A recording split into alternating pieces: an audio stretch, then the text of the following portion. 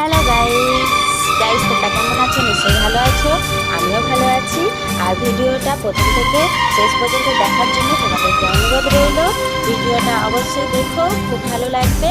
আর এইটা দেখে তোমরা অনেকে শুনতে পাচ্ছ, এটা কি তবুও আমি বলে দিচ্ছি, এটা হচ্ছে মোচা, কালারফুল ব্যানানা ফ্লাওয়ার যেটাকে বলা হয়।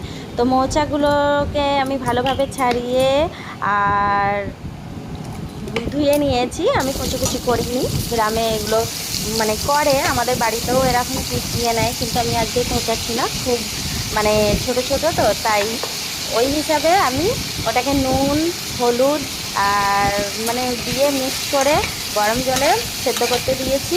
মানে সেদ্ধ হয়ে গেলে নামিয়ে নেবো। আর এইদিকে আমি কড়াতে বসিয়ে দিয়েছি আলু, ছোটো ছোটো করে আলু দিয়েছি। আলুটা দিলেও বেশ টেস্টটা ভালো হয়, গাঢ় গাঢ় হয়, আমি আর অন্য কিছু দেবো না। তো তার জন্য আলুগুলোকে হালকা আমি ভেজে নেবো। এখানে কাঁচা লঙ্কা কুচি, টমাটোর কুচি, পেঁয়াজ কুচি, আদা রসুন সব কিছু দেয়া আছে। আর এইদিকে দেখতে পাচ্ছ ছোলার ডালটা দেখালাম, ছোলাও দেখিয়েছি। ছোলার ডালটা আজকে দিয়ে করব না, অন্য দিন করবো।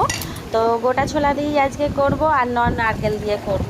মোচাটা তো আমার সেদ্ধ হয়েই গেছে, তো ছেঁকে নিলাম। ছেঁকে নিয়ে ওটাকে ভালোভাবে আবার দুবার তিনবার ধুয়ে নেবো, যাতে কষ্টানি ভাবটা চলে যায়, তেঁত কুটে না হয়, সেই জন্য। আলুগুলোও ভাজা হয়ে গেছে একদিকে, তো ভাজা ভাজা হয়ে যেতে আমি ওটাকে তুলে আলাদা পাত্রে রেখে দিয়েছি।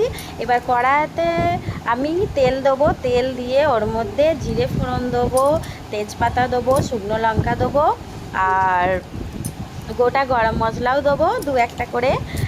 তার ওপরে দিয়ে দেবো পেঁয়াজ কুচি, বেশ ভালো লাগে। যারা নিরামিষ খাবে তারা পেঁয়াজ রসুনটা না দিলেই ভালো, নিরামিষ যদি হয়। তো আমি তো পেঁয়াজ দিয়ে করছি, তো তোমরা যেটা ভালো বুঝবে সেটাই করবে। এর মধ্যে আমি আদা কুচি, পেঁয়াজ, তারপর তো কাঁচা লঙ্কা কুচি, রসুন দিয়েই দিয়েছি, লঙ্কা হলুদ একসাথে দিয়ে দিলাম, দিয়ে লাল লাল করে ভেজে নেবো। ভেজে নেওয়ার পর পেঁয়াজটাকে কিন্তু আমি ভালো করে লাল লাল ভাজিনি, মশলাটাকেই ভাজবো। ভেজে হালকা অল্প জল দিয়ে দিলাম আর একটু, যাতে ঝাঁঝটা না ওঠে, তার জন্য দিয়ে দিলাম। ভালোভাবে নাড়াচাড়া করে নিয়ে এবার ফাইনাল পজিশনে চলে আসবো, সেটা হচ্ছে ছোলা, ভিজানো ছোলা। এই ছোলাটাকে আমি রাত্রে ভিজিয়ে রেখেছিলাম। আর ছোলা তাড়াতাড়ি ভিজানো মানে হয়ে যায় নরম, তার জন্য আমি আর আলাদা করে ভাজলাম না, মশলার সাথেই ভাজলাম।